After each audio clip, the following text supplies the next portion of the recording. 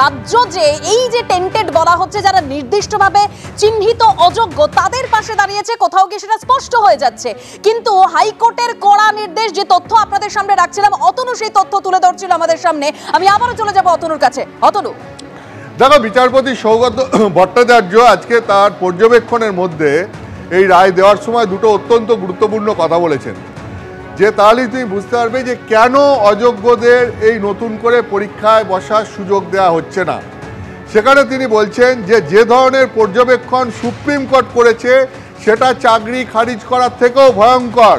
দুর্নীতির জন্য চাকরি বাতিল করা হয়েছে। আজকে বিচারপতি সৌগত ভট্টাচার্য তার পর্যবেক্ষণে এই কথা বলেন, এবং পাশাপাশি তিনি যেটা আরও বলেন, যেটা আরও গুরুত্বপূর্ণ, যে পূর্ব অভিজ্ঞতার জন্য 10 নম্বর করে দেওয়া হবে। অর্থাৎ এই যে নতুন এসএসসি পরীক্ষা হবে, এখানে শিক্ষকতার পূর্ব অভিজ্ঞতা যদি কারো থাকে তাহলে তার জন্য তাকে 10 নম্বর দেওয়া হবে।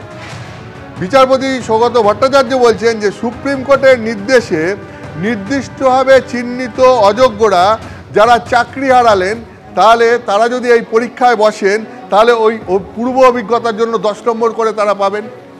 অর্থাৎ তুমি বোঝো যেটা আইনজীবীরা বলছেন, যে বিচারপতি ঠিক কী বলতে চাইছেন, যেটা আইনজীবীরা বলছেন, যে যেখানে সুপ্রিম কোর্ট নির্দেশ দিচ্ছে যে নির্দিষ্টভাবে চিহ্নিত অযোগ্যরা যারা দুর্নীতি করে চাকরি পেয়েছে তাদেরকে বেতনের টাকা ফেরত দিতে হবে, আর সেই নির্দিষ্টভাবে অযোগ্য প্রার্থীরাই যদি ফের চাকরিতে বসার সুযোগ পায় তাহলে পরে তারা সেই দুর্নীতি করে আসা চাকরি তার অভিজ্ঞতার জন্য 10 নম্বর করে পাবে। অর্থাৎ তাদের অপরাধের জন্য যেখানে তাদেরকে ফাইন করা হচ্ছে, তাদের জরিমানা করা হচ্ছে, যে বেতনের টাকা ফেরত দিতে হবে, একই সঙ্গে কি এটা সম্ভব নাকি যে তারা সেই দুর্নীতি করে চাকরি করে আসার জন্য তার জন্য একটা বেনিফিট পাবেন, 10 নম্বরের বেনিফিট পাবেন। যে চাকরির জন্য তারা 10 নম্বরের বেনিফিট পাবেন, আসলে সেই চাকরিটা তো তারা দুর্নীতি করে পেয়েছেন, ফলে সেই চাকরির জন্য তারা তো কোনো বেনিফিট পেতে পারেন না। ঠিক এইটাই বিচারপতি সৌগত ভট্টাচার্য তার মন্তব্যের মধ্যে দিয়ে বলতে চেয়েছেন বলে আইনজীবীরা মনে করছেন। অর্থাৎ তুমি পরিষ্কার বুঝতে পারছো যে যেহেতু দুর্নীতি করে চাকরি পেয়েছে অযোগ্যরা, তাদের বেতন ফেরত দেওয়ার কথা সুপ্রিম কোর্ট বলেছে, সেই কারণেই তারা নতুন নিয়োগ প্রক্রিয়ায় আর অংশ নিতে পারবেন না। বিচারপতি সৌগত ভট্টাচার্য আজকে তার রায়ে এটাই বলেছেন, এবং এটাও বলেছেন যে যদি কেউ ইতিমধ্যে ফর্ম ফিল আপ করে থাকে তাহলে তার আবেদন বাতিল করা হবে। কিন্তু এখন প্রশ্ন উঠছে, আইনজীবীদের একটা অংশ দেখি তারা প্রশ্ন তুলছেন রাজ্য সরকার এবং এসএসসির ভূমিকা নিয়ে, যে রাজ্য সরকার এবং এসএসসি এর পরেও কিভাবে অযোগ্য চাকরিজীবীদের পাশে দাঁড়াচ্ছে, তারা যাতে চাকরির পরীক্ষা ফের দিতে পারেন তার জন্য সওয়াল করছে।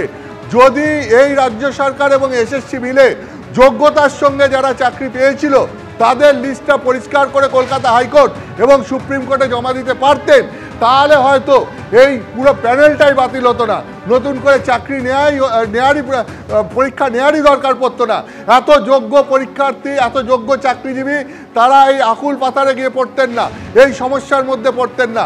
ফলে যেটা অনেকেই বলছেন যে সক্রিয়তা রাজ্য সরকার বা এসএসসির তরফ থেকে যোগ্য চাকরি প্রার্থীদের বা যোগ্য চাকরিজীবীদের চাকরি বাঁচানোর জন্য দেখানোর উচিত ছিল, তারা এখন এই অযোগ্য প্রার্থীদের জন্য এই সক্রিয়তা দেখাচ্ছে কেন, এই নিয়ে প্রশ্ন উঠছে।